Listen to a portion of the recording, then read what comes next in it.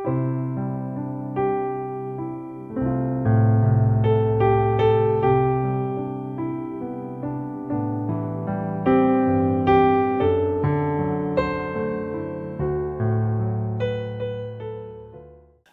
오늘 우리 문 집사님 기도의 내용에서 많이 젖어 있습니다만은 요셉에 관한 이야기를 할 것입니다. 요셉. 요셉의 이야기가 창세기 37장부터 나옵니다. 그죠? 창세기 37장부터 50장까지 장장 14장에 걸쳐서 제일 많은 분량의 창세기 중에서 제일 많은 분량이 요셉의 이야기입니다. 그만큼 이 요셉이 차지하고 있는 그 위치, 이 하나님의 그 구속의 역사 가운데서 요셉이 차지하고 있는 위치가 그만큼 크다라고 생각할 수 있습니다. 사실 야곱의 족보를 이야기하면서 야곱의 족보의 그 요셉 이야기가 전부입니다, 사실. 그래서 요셉의 이야기를 오늘 좀 할 텐데요. 요셉의 이야기는 여러분이 조금 친근한 이야기일 것 같습니다. 그죠? 요셉이 야곱의 11번째 아들이죠. 그래서 야곱이 라헬을 통해서 낳은 아들이 요셉인데, 요셉을 특별히 사랑해서 대표적으로 그 요셉만을 사랑했던, 편애했던 그 증거가 요셉에게는 채색 옷을 입혔다. 다른 옷을 입힌 겁니다. 채색 옷이라는 것은 귀족들이 입는, 그야말로 왕의 자녀들이 입는 그 정도의 좋은, 일할 때 입는 옷이 아닙니다. 노동할 때 입는 옷이 아니고, 요셉은 노동을 시키지 않은 거죠. 우리가 성경의 내용을 볼 때 형들은 양을 치러 가기 위해서 다 멀리 가 있습니다만, 요셉은 집안에서 그야말로 야곱 곁에 있었던 것이죠. 그래서 그만큼 요셉을 사실 편애를 했습니다. 대놓고 편애했다는 얘기가 나오고, 요셉을 그렇게 편애해서 요셉은 또 그 형들의 잘못된 일들이 있으면 그대로 야곱한테 고자질하는 그런 역할도 했다라고 성경도 기록하고 있고요. 그만큼 야곱은 요셉을 편애했고, 또 요셉은 굉장히 철없는 행동을 한 것으로 나옵니다. 그래서 사실 요셉을 그 형제들이 좋아할 수가 없게 됩니다. 그죠? 한 아이만 편애하고 있는 이 야곱의 모습. 사실 야곱은 아버지 이삭으로부터도 아버지 이삭은 에서를 편애했죠. 별미를 좋아했던 이삭이 사냥을 잘하는 에서를 편애했고, 편애의 피해자입니다, 사실 요셉. 야곱은. 그래서 야곱은 편애의 피해자인데, 또 자기 피해자가 또 가해자가 돼가지고 요셉만을 편애하는 그런 좀 대물림이 그 안에 또 있는 것을 보게 됩니다. 저도 저 누님이 4명 있고, 제가 형님 있고 제 막내인데, 어머니가 대놓고 저를 편애했어요. 그야말로 눈에 띄게 밥상 앞에서 그야말로 고등애가 있다면 가장 좋은 파트를 나한테 탁 주고, 굉장히 정말 그런 상황이 정말 저는 너무너무 싫었고, 또 그 때문에 어머니한테 몇 번 그러지 말라고 부탁은 했지만 안 돼요. 어르신들 입장에서는 그게 안 돼요. 그래서 제가 받아들일 수밖에 없고 그냥 그렇게 그러니 하고 넘어갔는데, 나중에 지금 와서 생각해 보면 저도 그런 상황을 은근히 즐기지 않았나 그런 생각도 있습니다. 뭐 사랑해 주는데 뭐 마다할 일이 별로 없죠. 그래서 좀 은근히 즐기고, 또 누님들이 잘못된 얘기를 어머니한테 고자질하는 역할을 요셉처럼 했던 것 같습니다. 예. 자, 그런 어떤 이야기들이 성경에 가감없이 기록이 되죠. 참 야곱이 요셉을 편애한 거 뭐가 옳은 일이겠습니까? 그렇지만 그런 이야기를 성경이 가감없이 얘기하고 또 그런 인간의 어떤 연약함과 부족함들을 성경 그대로 드러내면서도 그 일을 통해서도 하나님께서 섭리하신다. 우리 문지사님도 섭리라는 단어를 기도 중에 썼는데 하나님께서 섭리하신다. 그 중에 하나님께서 그 일을 통해서 그 뜻을 이루어 가신다라는 것을 오늘 요셉의 이야기를 통해서 보게 됩니다. 그게 하나님의 구속의 역사죠. 요셉이 굉장히 형들로부터 부모님으로부터 미움을 받게 된 사건이 등장하죠. 꿈 이야기. 꿈 이야기를 합니다. 자기가 꾼 꿈 이야기. 지금 창세기 후반에 요셉 이야기는 꿈 이야기가 굉장히 많이 나오는데 곡식단들이 형들의 곡식단이 자기 곡식단을 향해서 절을 하고 해와 달과 11별이 자기 별을 놓고 향해서 절을 하고 하는 이 꿈 이야기를 형들 앞에 대놓고 얘기합니다. 부모님한테도 얘기하고 완전 이제 정말 철없는 행동이고 그렇게 보이죠. 그러면서 자기 요셉이 형들한테 그런 이야기를 하니까 형들은 미워서 어쩔 줄 몰라 하는 그런 상황이 되고 결국에는 사실은 이 꿈 이야기가 나중에 실현이 되죠. 이 꿈이 그야말로 이루어집니다. 이 꿈을 야곱은 그 마음에 철없는 행동을 하는 요셉을 혼내면서도 그 꿈을 마음에 담았다라고 야곱은 그렇게 성경에 기록하고 있습니다. 자, 그래서 구약 시대에 나오는 꿈은 요셉을 통해서 이렇게 보여주신 이 꿈 이야기는 그야말로 구약 시대에 또 일어나는 많은 현상들 중에 하나이죠. 오늘날 계시가 완성되었기 때문에 더 이상 꿈으로 이런 것을 보여주지는 않는데요.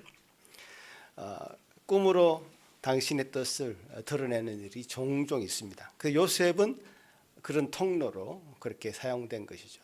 그래서 요셉이 꿈을 해석하는 많은 일들 중에 자기가 능력이 많아서 그 꿈을 해석한다라고 말한 적이 없어요. 하나님께서 알려주신다. 하나님께서 그것을 말씀하실 것이다. 그러니까 하나님께서 요셉은 성령의 감동을 받은 사람으로 요셉을 세우셨고 성령의 감동을 통해서 그 꿈을 알도록 하신 것이죠. 그래서 그 꿈 이야기를 통해서 하나님이 그 계시를 당신의 뜻을 드러내는 이야기가 요셉을 통해서 이 창세기 후반부에 대해서 나타납니다. 자, 그래서 그 꿈꾸는 이야기를 하고 나서 요셉은 그 별명이 생기죠. 꿈꾸는 자가 됩니다. 꿈꾸는 자. 그래서 한 번은 형들이 들에 나가 있을 때 도단이라고 하는 꽤 먼 지역에 양치고 있는데 야곱이 요셉에게 형들이 어떻게 지내고 있는지 한번 돌아보고 와라 했는데 요셉이 막 찾아 물어 형들이 있는 곳에 찾아가죠. 자, 멀리서 요셉이 오는 것을 보면서 형들이 이렇게 얘기합니다. 저 꿈꾸는 자가 온다. 반갑게 동생을 맞이한 게 아니라 저 꿈꾸는 자가 오니까 우리는 잡아 죽이자. 얼마나 미웠으면 자기 동생이 오는데 자기 안부를 알기 위해서 동생이 오는데 그 동생을 잡아서 죽이려는 마음이 생겼을까? 너무너무 싫었던 거죠. 요셉이 너무 얼마나 싫게 저렇게 동생이 멀리서 오는 것을 보면서 잡아 죽이자고 이렇게 모의를 하게 됩니까? 그중에 이제 장남인 루벤이 잡아 죽이지는 말고 그냥 저 구덩이에 그냥 구덩이에 빠뜨리자 이렇게 제안한 장남이 그렇게 얘기하니까 나머지 형제들이 좀 그래도 그 뜻을 받아들입니다. 사실 이때 요셉은 첫 번째로 그 죽음을 모면합니다. 장남이 이 이야기를 안 했으면 그 형제들은 열한 형제들, 그 열형제죠, 열형제들은 그야말로 요셉을 죽였을 것 같아요. 르우벤이 그 제안을 했을 때 받아들여서 구덩이에 넣죠. 그래서 첫 번째 그 죽음을 면하는 그러니까 하나님의 어떤 섭리의 어떤 첫 번째 페이지죠. 죽음을 면합니다. 그리고는 야곱이 입혔던 그 채색 옷을 벗겨서 구덩이에 집어넣습니다. 그래서 성경은 또 그 다음에 뭐라고 기록하고 있냐면 그 구덩이에는 물이 없었더라. 자, 구덩이에 물이 있었으면 어떻게 됐을까요? 빠져 죽었겠죠. 구덩이에 물이 없어서 또 죽음을 면하게 됩니다. 자, 그 물이 없는 상황에서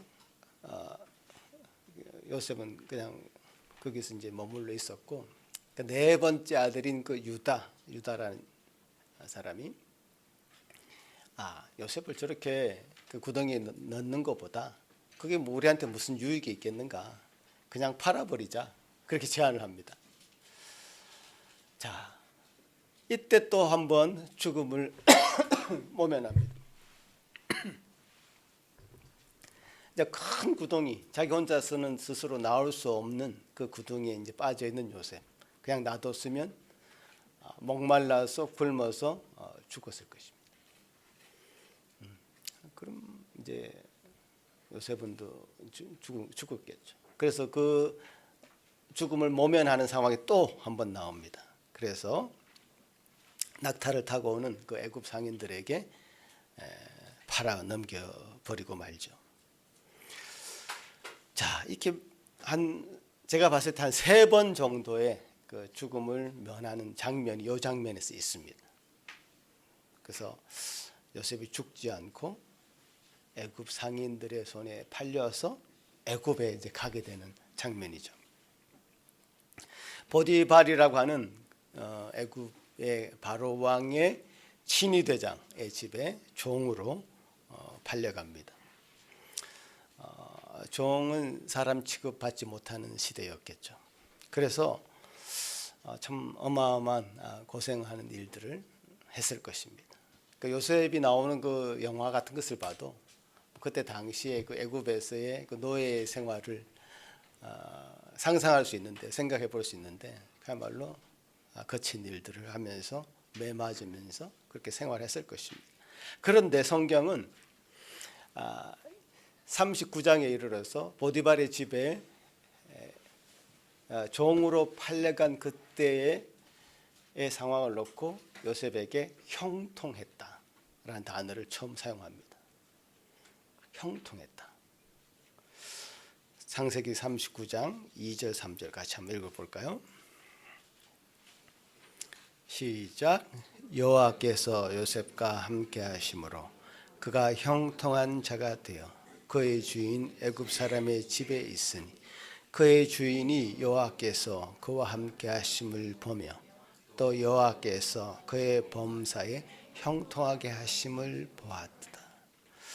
자, 형통이라는 단어가 과연 요셉한테 어울리는 단어인가? 이 생각이 들더라고요. 형통이라는 단어가 지금 요셉한테 어울리는가? 지금 원래는 야곱 밑에서 야곱의 그 가정에서 편안하게 있어야 될 그 요셉. 그 요셉이 형들의 미움을 받아서 죽음을 몇 번이나 모면하고 지금 애굽의 먼 곳에 팔려와서 종살이하고 있는 이 요셉에게 이 형통이라는 단어는 어울리는가? 전혀 어울리지 않는 단어 같단 말이죠. 자, 이 형통의 단어 영어로는 successful하다는 건데 뭐가 성공적이냐 지금 요셉의 삶이 그렇지 않다면 우리 형통이라는 단어가 성경에서 이렇게 사용될 때 그 원뜻을 그렇게 알아봐야 됩니다. 왜? 지금 어울리지 않은 단어가 지금 등장했기 때문에 우리가 생각해 형통이라는 것은 뭔가 잘 된다, 석세스하다 이런 얘기인데 우리가 지금 상식적으로 생각하는 것은 그렇지 않단 말이에요. 지금 요셉의 삶이. 그래서 원어를 한번 보시면, 넘겨 보시면 원어가 짜라흐라고 되어 있습니다. 짜라흐. 그러니까 원어적으로 이 형통이라는 단어를 볼 때, 짜라흐라고 하는 단어를 볼 때 이 형통은 그냥 우리가 생각하는 뭐가 잘 돼 간다, 만사 형통이다, 뭐 이런 의미가 아니라 하나님께서 도우심으로 번창한다, 성취한다, 전진한다. 반드시 그 앞에, 형통이라는 단어 앞에 하나님께서 함께 하심으로라고 하는 그 단어가, 그 문장이 같이 나옵니다. 형통이라는 단어가 홀로 나오지 않아요. 하나님께서 함께 하심으로 요셉은 형통하게 되었다라고 이게 기록이 되고 있죠. 그래서 하나님이 함께 한다는 것은 우리가 임마누엘이다 이렇게 얘기하잖아요. 임마누엘, 하나님께서 우리가 함께 하심으로 우리가 참 하나님 앞에서 형통한 삶을 누릴 수 있다는 건데, 바로 그렇게 형통이라는 단어가 사용됩니다. 그리고 이제 형통의 단어가 이게 원어적으로 이렇게 사용되는 될 때 이 분사 형태로 나옵니다. 분사라는 것은 한 번 그런 형통이 아니라 그 형통의 상태가 유지되었다. 형통의 상태가 유지되었다라는 뜻입니다. 그 하나님께서 요셉과 함께 하심으로 요셉의 삶은 늘 그렇게 형통했다, 이렇게 기록되고 있는 것이죠. 하나님과 함께 하심으로 어떤 상황에서도 그분의 뜻을 이루어가는, 나가는 것, 그것이 정말 형통이다, 이런 것이죠. 그래서 형통의 진정한 의미는 상황의 어떤 평안함이 아니다, 하나님께서 함께 하시는 그 은혜로운 상태를 의미하는 것이다.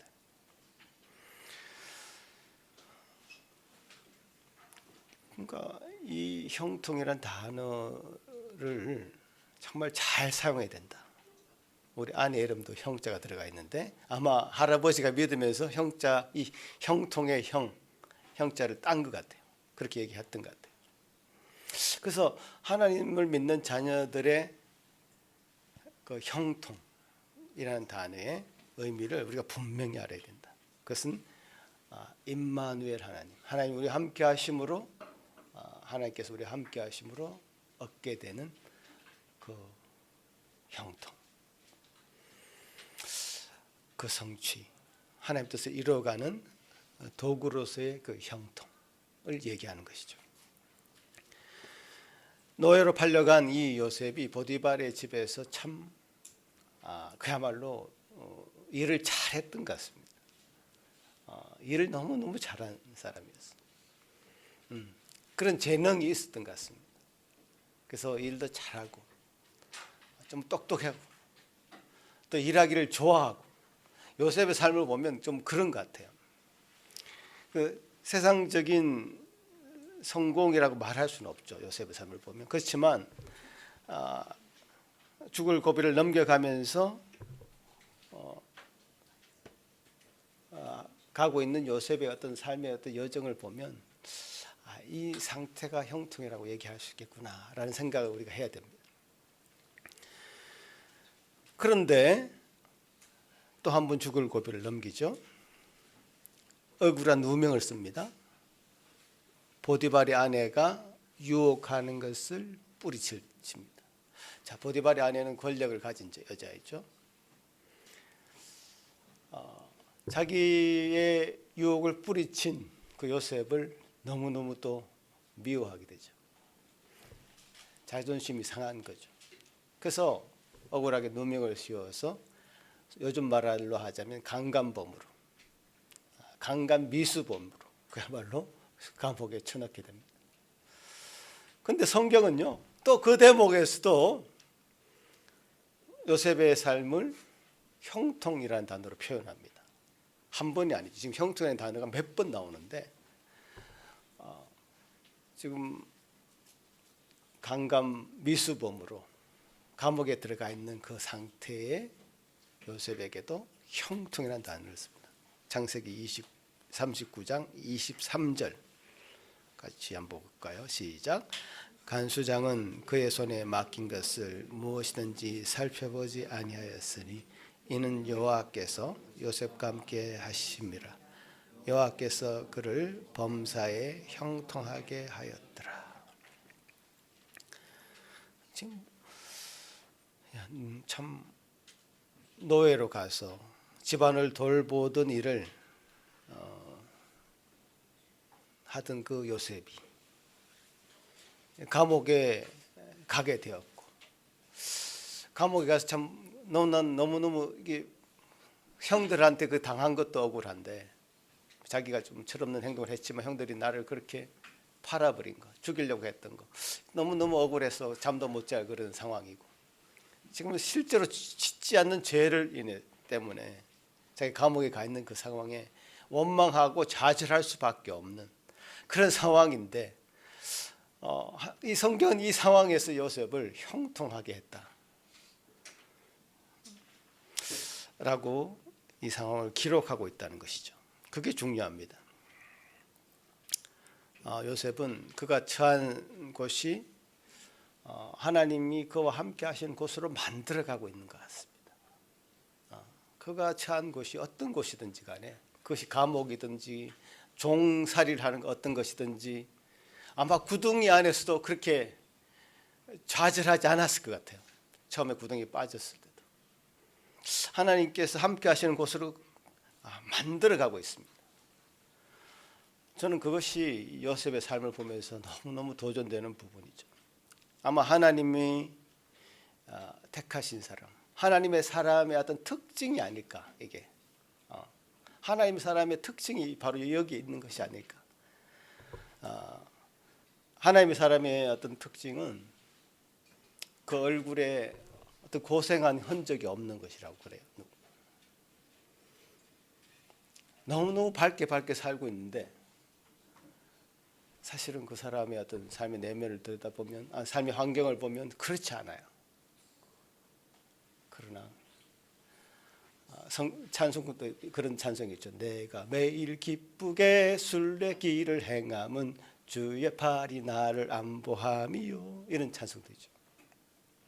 순례길이 뭐가 그렇게 기쁜 길이겠습니까? 순례길은 그야말로 힘든 길입니다. 그러나 그것을 내가 매일 기쁘게 순례길을 행하는 그런 삶으로 만들어가는 사람이 하나님을 믿는 사람의 삶인 것이죠. 주님께서 주시는 그 은혜로 말미암아 기쁨 가운데 충만해서 사는 사람의 삶, 그것이 하나님의 사람들의 삶이고, 그런 모습이 요셉에게도 분명히 보입니다. 계속 요셉 얘기를 하자면요, 그 요셉이 감옥에 이제 갇혀서 생활하는데, 또 감옥의 간수장이 그렇게 요셉에게 일을 또 맡깁니다. 어디 가든지 요셉은 참 일을 잘했던 것 같습니다. 그리고 바로의 그 신하들, 두 신하가 있었죠. 그 두 신하의 꿈을 해석해 주면서 그 간원들의 앞날을 예언해 주죠. 실제로 그 예언이 성취가 됩니다. 그 중에 술 맡은 관원장의 그 예언이 성취가 되어서 그 관원장이 복직을 합니다. 다시 그 왕 옆으로 가게 되죠. 자, 요셉이 한마디를 합니다. 그 관원장에게 당신이 자리에 복직하시면 나를 꼭 기억해달라 라는 말을 한마디 남기죠. 자, 근데 3일 뒤에 그 일이 실현이 됐는데, 그 술 맡은 관원장은 요셉의 일을 기억하지 못하더라.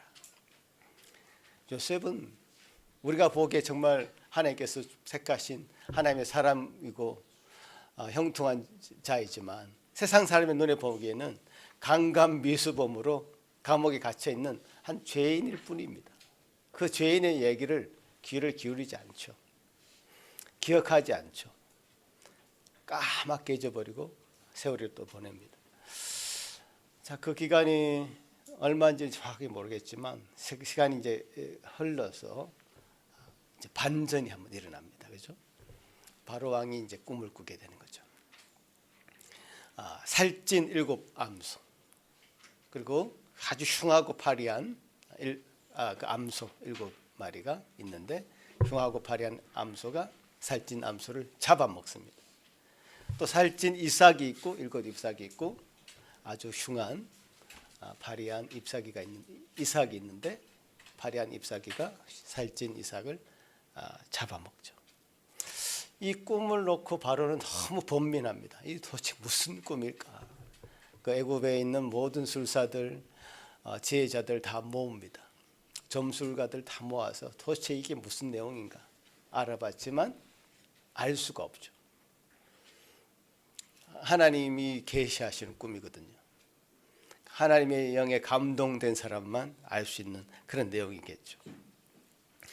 그래서 바로가 그렇게 번민하고 있을 때 드디어 술 맡은 반응장이 기억해내죠. 내가 감옥에 있을 때 내 꿈을 해석해 준 사람이 있다. 그 종이 있다. 그 종을 내가 불러오겠다. 당장 바로가 불러오라고 하죠. 그 꿈을 정확하게 해석을 합니다. 7해가 대풍년이 있을 것이고 7년은 흉년이 될 것이다. 그 꿈을 굉장히 좋게 받아들였습니다. 바로가. 그래서 요셉을 바로 애굽의 총리로 삼아버립니다. 자, 요셉은 하나님의 영에 감동된 사람이었기 때문에 하나님께 일러주시는 대로 해석을 하는 겁니다. 지금 애굽의 최고의 이제 권력자의 자리에 바로를 제외하고는 최고의 권력 자리에 앉아서 이제는 그야말로 날개를 달았습니다. 너무너무 일을 잘합니다.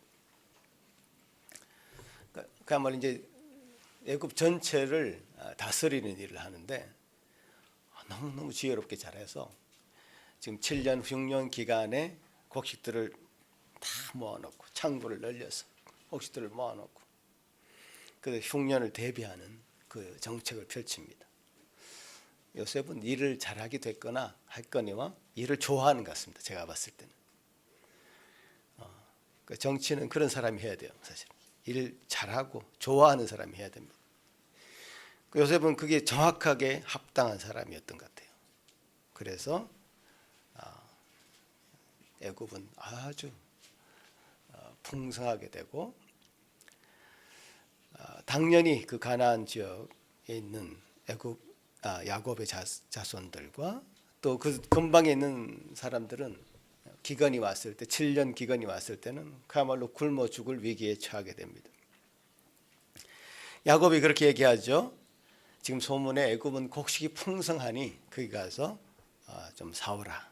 곡식을 좀 사오라고 그 아들들을 보냅니다. 자, 이제 요셉과 그 형들이 다시 만나는 장면이 나옵니다. 요셉의 형들이 곡식을 얻기 위해서 요셉을 찾아갔고 요셉은 그 형들을 다 해번에 알아봅니다. 그렇지만 아마 제가 이렇게 상상하는 그림은 형들은 이제 머리를 숙이고 머리를 들 수조차 없는 높은 사람이 그 앞에 있고 요셉은 내려다보고 있고 그야말로 요셉이 꾼 꿈이 이제 실현되는 장면이죠. 몇 번 절하는 게 나옵니다. 지금 사실은. 그래서 요셉은 당장 알아봤지만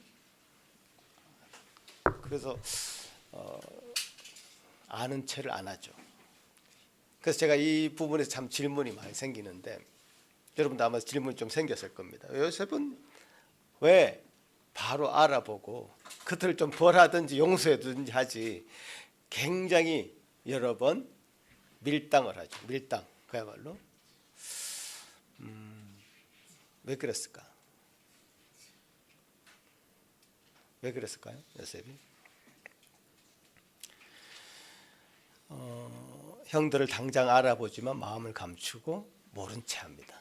그러고는 너희들은 곡식을 사러 온 자들이 아니고 이 땅을 정탐하러 온 스파이다. 간첩 혐의를 세워가지고 이제 막 추궁을 합니다. 신문을 합니다. 그래서 요셉의 형들은 이제 뭐 어쩔 수 없이 당황하죠. 그 대목에서 성경 또 뭐라고 기록하고 있냐면 요셉이 형들이 이런 어려움을 당하니까 그들 스스로가 그렇다. 과거에 자신들이 지었던 죄가 이제 생각나는 겁니다. 자신들이 지었던 그 요셉을 구덩이에 가두고 그야말로 죽이려고 했던, 그래서 결국 애굽에 팔아버렸던 자신들의 죄가 떠오릅니다. 요셉은 그런 얘기를 꺼내지도 않았는데 스스로 그런 생각이 이제 드는 거죠. 과거에 묻어두었던 그것이 이제 죄책감이 떠올라서 스스로들 얘기합니다. 그런 상황을 요셉은 이제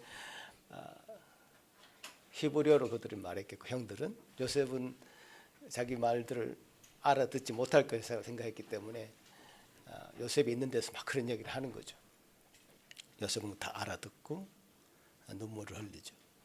자, 그런 대목에서 결국 시므온이라고 하는 형제 중에 한 사람을 남겨놓고 다시 가나안 땅으로 그들을 돌려보냅니다. 목적은 베냐민이라고 하는 라헬에게서 낳은 밑에 동생이 있습니다. 라헬이 그 동생 베냐민을 낳다가 죽는데, 그러니까 야곱은요, 그 자기 부인 네 사람 중에 라헬을 가장 편애했습니다. 편애. 그래서 라헬이 베냐민을 낳다가 죽었기 때문에 라헬이 낳은 요셉과 베냐민을 특별히 사랑했습니다. 그래서 요셉은 이제 야곱 생각에 죽었다고 생각했기 때문에 베냐민이라도 살려야 된다 해서 베냐민을 그야말로 곁에 두면서 어디도 보내지 않고 있죠. 근데 요셉은 그 부분을 꼭 집어가지고 베냐민을 데려오라 라고 시킵니다. 근데 이것이 야곱에게 있어서는 자기 목숨과도 같은 어떤 아들이었기 때문에 절대로 그것이 허용되지 않을 것이라는 것을 형들이 알았어요. 그건 불가능할 것 같은데 어떡하지 하면서 고민하면서 다시 가나안 땅으로 돌아왔죠. 근데 뭐 사원 양식이라는 것이 오래 가지 않죠. 딱 1년 지나니까 다시 동나는 거죠. 지금 얼마나 7년 중에 5년이 남았습니다. 5년 또 버텨야 되는데 양식을 구하지 못하면 그야말로 일가족이 몰살당할지 굶어 죽을 판입니다.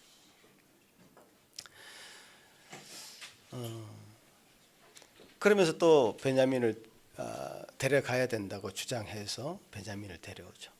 그게 요셉이 이렇게 밀당을 하면서 그야말로 바로 용서가 아니라 야곱의 형제들, 야곱의 아들들, 요셉의 형들을 과의 관계를 회복하는 과정으로 이 과정을 삼는 것 같습니다. 제가 봤을 때는 자기 죄도 스스로 깨닫게 해야 되고, 과연 우리가 했던 일이 무엇인가를 막 생각하면서 그렇게 관계를 회복해가는 과정으로 지금 밀당을 하고 있는 것이죠.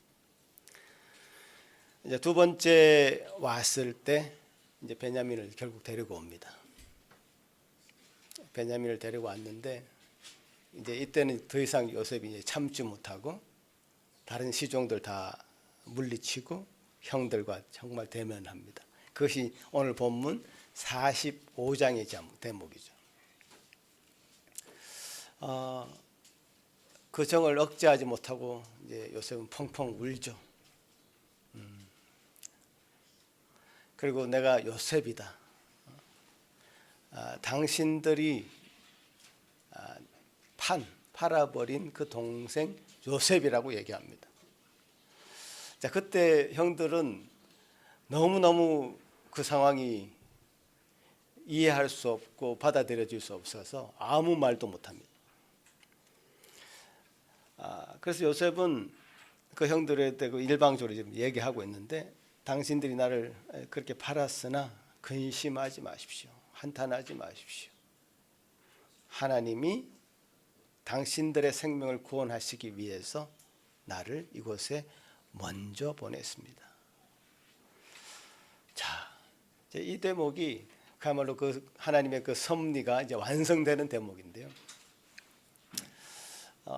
하늘의 별과 같이 바다의 모래와 같이 수많은 자손들을 주겠다고 약속한, 그야말로 하나님의 아브라함과 이삭과 야곱의 그 자손들, 이제 굶어 죽을 지경에 처해 있는 그들을 그 생명을 구원하시기 위해서 요셉을 먼저 애굽에 보냈다는 얘기를 지금 요셉이 하고 있는 것입니다. 요셉은 미리 하나님의 그 구속의 역사 가운데 일어날 일들을 알고 있었던 것이고요. 그 섭리를 이해하고 있었던 것이죠. 죽을 고비를 몇 번 넘기면서 우여곡절 끝에 애굽에 간 것은 하나님이 모든 상황을 합력해서 선을 이루시겠다고 하는 그 놀라운 뜻을 알고 있었던 것입니다. 그 안에서 이 섭리 안에서 이 일은 이루어졌다고 요셉이 고백을 하는 겁니다. 이게 얼마나 놀라운 일인가 하면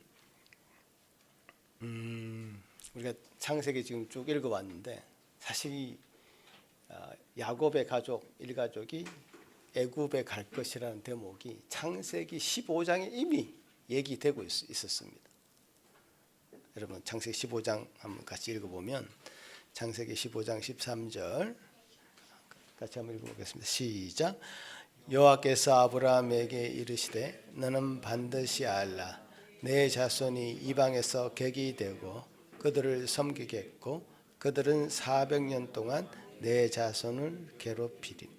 정확하게 야곱의 일가가 애굽에 가서 400년을 머뭅니다. 이 말씀은 한 채 오차도 없습니다. 하나님이 하신 말씀은 반드시 이루어집니다.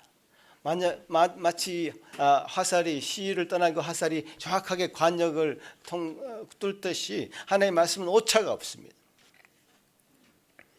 요셉은 이 모든 것이 하나님의 섭리 안에서 이루어지는 일임을 알았기에 그 위와 같은 고백을 할 수 있는 겁니다. 형들을 만나서 근심하지 마십시오.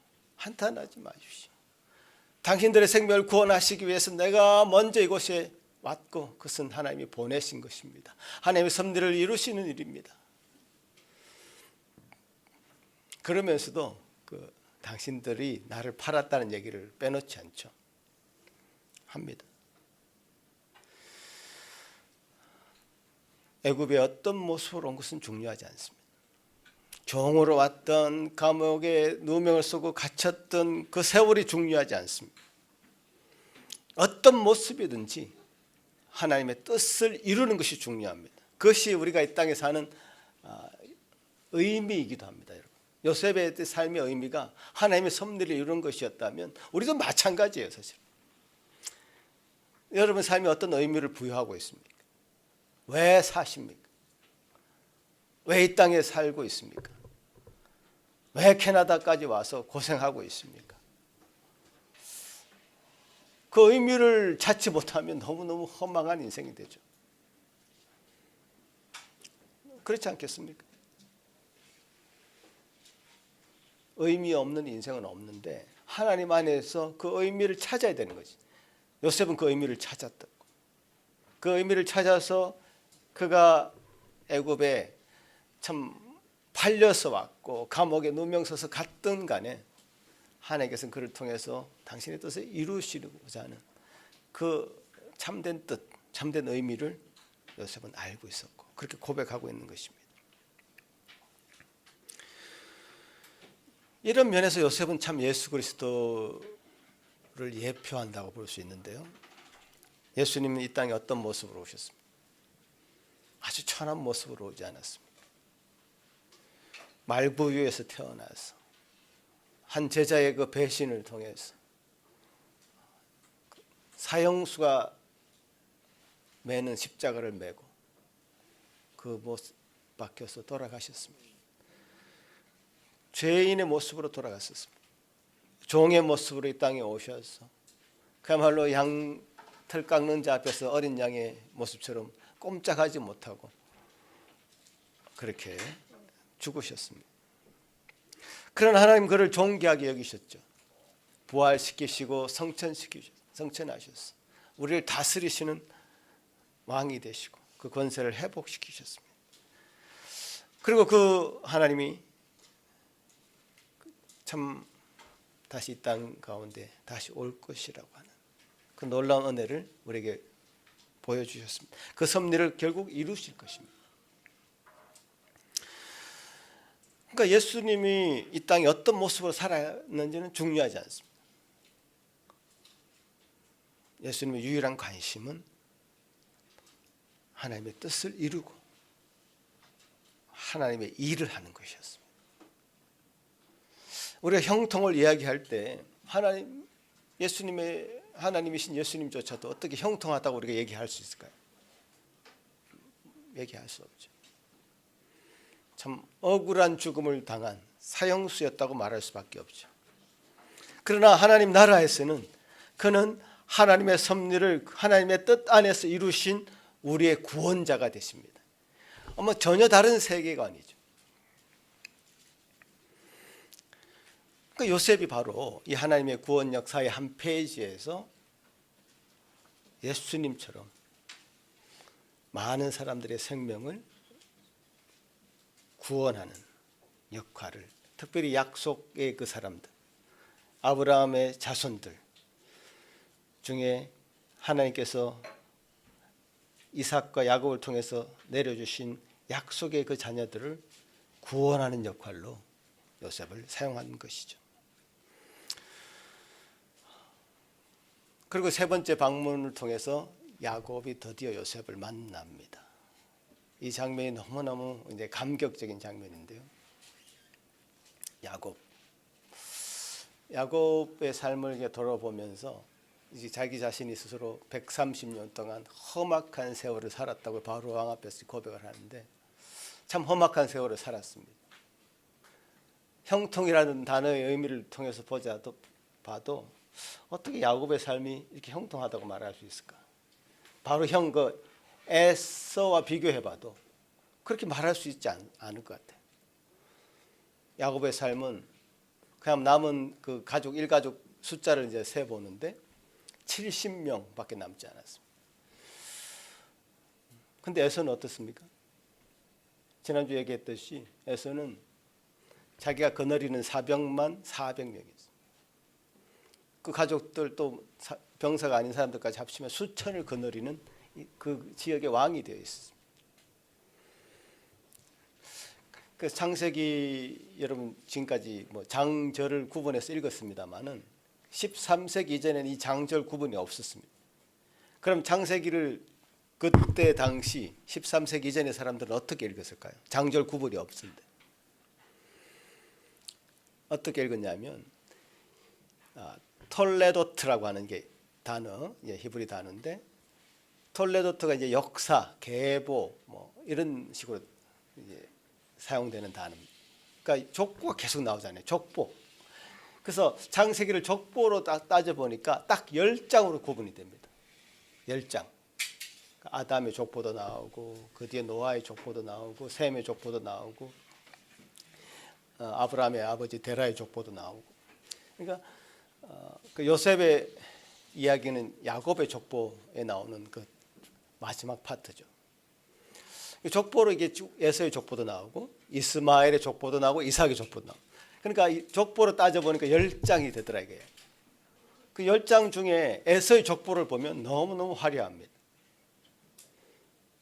이스마엘도 그렇습니다. 그러나 그 비교해서 이삭과 약속의 그 계보를 따르는 야곱은 형편 없습니다, 사실. 그러니까 창세기 전체 흐름에서 형통이라는 단어를 우리가 어떤 식으로 사용해야 되는지를 미리 다 보여줬어요. 에서 아니다. 에서가 나중에 에돔 족속이 되거든요. 에서의 그 족속이. 에돔 족속은요, 나중에 헤롯 왕 알죠? 신약에 예수님을 어릴 때 2살 아이 밑으로 다 잡아 죽이라고 명령했던 예수를 죽이기 위해서 헤롯이 사실 에돔 족속의 후손입니다. 그때 당시 로마가 세운 분봉왕인데 로마의 앞잡 역할을 하면서 가면 이스라엘 백성들 핍박하던 그 예수 믿는 사람을 핍박하던 그런 사람으로 헤롯이 사용되죠. 왕이었지만 참 이 역사의 기록을 통해서 볼 때 너무너무 참 안 됐다 이렇게 생각이 들죠. 그래서 이 세상의 어떤 형통을 누리고 이 세상의 번영을 누리고 살았던 사람이지만 하나님의 시각에서 보자면 그들은 참 그리스도를 믿는 사람들을 핍박하는 존재로 역할을 했던 것이죠. 야곱 참 그렇게 험악한 세월을 130년 동안 살았습니다. 그렇지만 성경에서 야곱을 보는 시각은, 또 우리가 봐야 되는 그 시각은 참으로 하나님 안에서 형통한 삶을 살았고, 야곱을 통해서 난 그 요셉을 통해서 그 형통의 분명한 의미를 우리에게 보여주고 있는 것이죠. 자, 우리는 이제 생각해 봐야 됩니다. 자, 그럼 우리가 이 말씀을 우리한테 어떻게 적용해야 될 것인가 한번 생각해 봐야 됩니다. 우리가 어떤 삶의 위치를 가지고 살아야 될 것인가. 이 세상의 권세를 가지고 살면서 부자가 되어서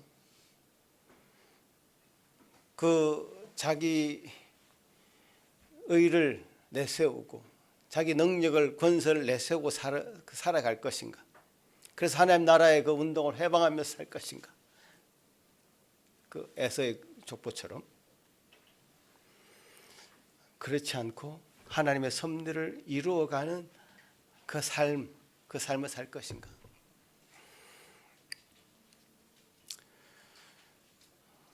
크리스찬 중에서도요, 자기 자녀들을 자랑하고 싶어하는 많은 부모들이 있습니다. 우리 아들 아이비리그 갔다, 하버드에 갔다, 예일에 갔다, 좋은 대학에 가서 좋은 직장에 다니고 돈도 많이 번다. 그런데 교회는 안 다닌다. 신앙생활을 어떻게 하는지는 잘 모르겠다. 근심 없이 얘기합니다.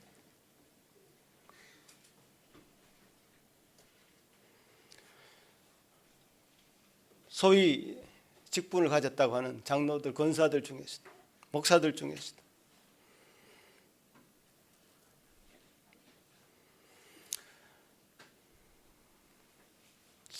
하나님의 나라의 관점에서 하나님 나라에 관심이 없어요. 우리 마음이 아예 하나님의 나라의 그 섭리나 그 역사에 관심이 없으면서 그래도 교회에서 그런 신앙생활을 버젓이 할 수 있습니다. 우리 마음은 그렇습니다. 우리 인간은 그렇게 자신을 속일 수 있습니다. 그것이 인간입니다.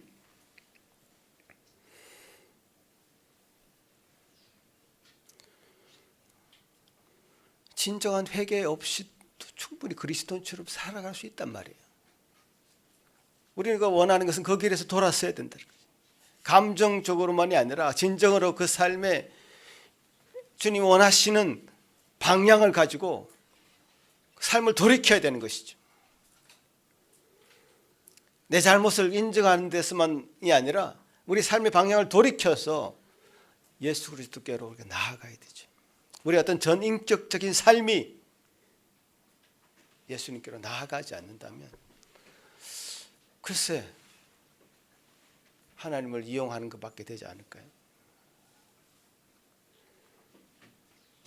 하나님을 이용해서 자기가 이 세상에 잘 먹고 잘 살기 위해서 뭔가를 하고 있는 것이 아닐까. 어떤 면에서 진정한 회개가 필요한 것이죠. 그래야만이 하나님 앞에서 형통한 자가 됩니다. 진정한 회개를 통해서 야곱이 이스라엘로 하나님 이름 바꾸셔서 하나님께서 좀 간교하게 보이는 그 사람을 바꾸셔서 사용하셨다. 철없는 그 요셉을 바꾸셔서 하나님의 섭리를 이해하는 사람으로 바꾸셔서 사용하셨단 말이에요. 바꾸지 않고 어떻게 우리가 사용받을까요? 우리 마음이 그대로 있는데 어떻게 하나님께서 우리를 쓰시겠습니까? 진정한 회개가 필요한 시점이죠. 저는 여러분이 저와 함께 형통한 삶을 살기를 원합니다. 여러분 다 그걸 원하십니까? 그러면 그 형통한 삶으로 나아가는 그 마음을 바꾸셔야 됩니다. 자신의 처지를 원망하지 말고 자신의 어떤 상황 가운데 있든지 간에 하나님의 뜻을 이루는 의미 있는 삶을 살아야 된단 말이에요. 보십시오. 야곱이 죽고 나서 요셉의 형들이 또 벌벌 뜹니다. 이제 야곱이 죽었으니까 요셉이 마음을 바꾸어서 자기들을 죽일 거야 하는 그 두려움이 아직까지도 그 안에 있습니다. 창세기 50장인데요. 요셉의 형들은 아직 완전히 하나님의 섭리를 이해하지 못하고 있는 것처럼 보이죠. 50장 한번 읽어볼까요? 15절에서 21절인데 이 대목이 저는 이제 이 창세기 50장이 끝나면서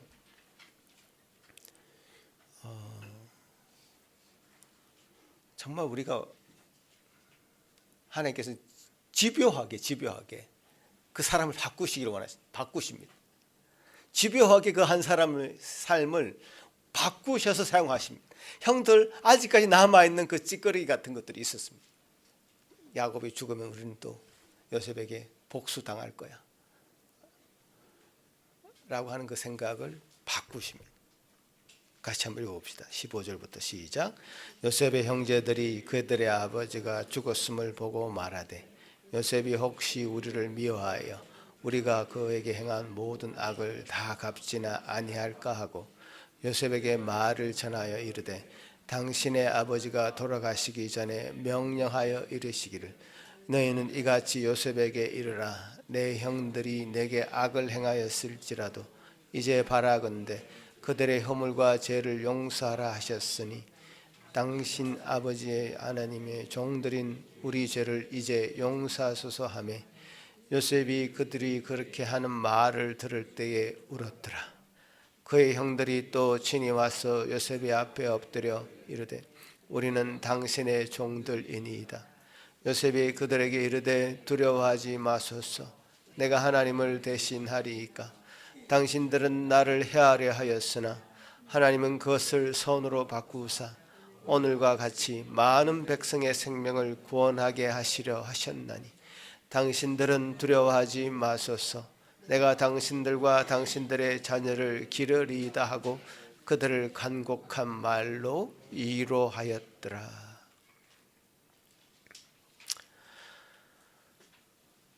두려웠겠죠.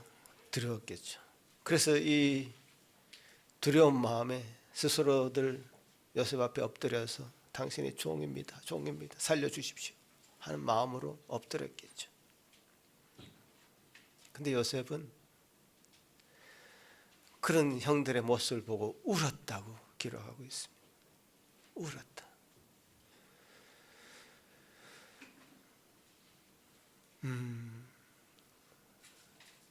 아직 그 마음이 변하지 않은 형들의 그 모습을 보고 울었을 것이고요. 하나님 뜻을 다시 한번 확인하면서 울었을 것입니다. 정말 하나님은 선으로 바꾸셨습니다. 요셉을 해하려 했지만 형들은 그것이 선으로 바뀌어서 많은 생명을 구원하는 도구로 요셉의 삶이 사용됐던 것입니다. 두려워하지 마십시오. 당신들과 당신들의 자녀를 내가 기르겠습니다. 간곡한 말로 위로했습니다. 참 간곡한 말로 위로했다는 말이 참 많이 다가오는데요. 간곡한 말로 저와 여러분을 위로하신 하나님의 음성을 들으시기 바랍니다. 바뀌셔야 됩니다. 하나님 앞에서 하나님의 섭리를 온전히 이해하는 사람으로, 하나님의 자녀의 모습으로, 하나님의 형통을 온전히 이해하는 사람으로, 하나님께서 주시는 그 뜻을 온전히 이루어가는 사람으로 우리 심령이 바뀌어져야 됩니다. 하나님이 하시는 일은 이와 같습니다. 우리의 모든 연약함에도 불구하시고 우리의 연약함을 이해하고 우리 육신의 약함에도 불구하고 우리를 사용하시고 우리를 통해서 하나님의 뜻을 이루어 가십니다. 그 하나님의 섭리를 이해하는 자만이 이 땅에서 형통한 삶을 누릴 수 있습니다.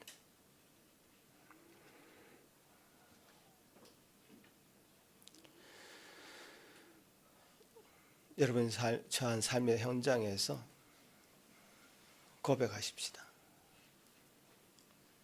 형통한 삶을 충만하게 누리도록 도와주십시오라고 기도하는 저와 여러분이 되기를 간절히 바랍니다. 기도하겠습니다. 고마우신 주님 감사합니다. 참 요셉을 통해서 우리에게 보여주신 이 하나님의 사람의 그 형통함을 보면서 참 그리스도가 우리에게 어떻게 하셨는지, 어떻게 그 뜻을 이루셨는지, 어떻게 하나님의 섭리는 우리가 처한 상황에 관계없이 그 뜻을 이루어가는지를 보게 하시니 참으로 감사합니다. 아버지 하나님, 이 땅에 사는 주의 백성들입니다. 이 세상에 속하지 않은 하나님 나라에 속한 주의 백성들입니다. 에서의 계보가 아니라 야곱의 계보에 속해 있는, 어쩌면 초라해 보이지만 견고하게 그 하나님의 뜻을 이루어가는 놀라운 주의 백성의 삶을 이 땅 가운데에서 굳건히 살 수 있도록 저희들을 붙들어 주시옵기를 소망합니다. 주님, 그것이 결국 예수 그리스도를 통해서 이 땅에 성취되고 실현된 것을 우리가 복음서를 통해서 보게 됩니다. 주여 도우셔서 그리스도를 온전히 바라보게 하시고 그리스도 온전히 의지할 수 있는 저희들 삶 될 수 있도록 도와주시옵소서. 그리스도 안에서 온전히 평통한 삶을 누릴 수 있는 모든 주의 백성들 되게 하여 주시옵소서. 감사하고 예수님 이름으로 기도합나이다. 아멘.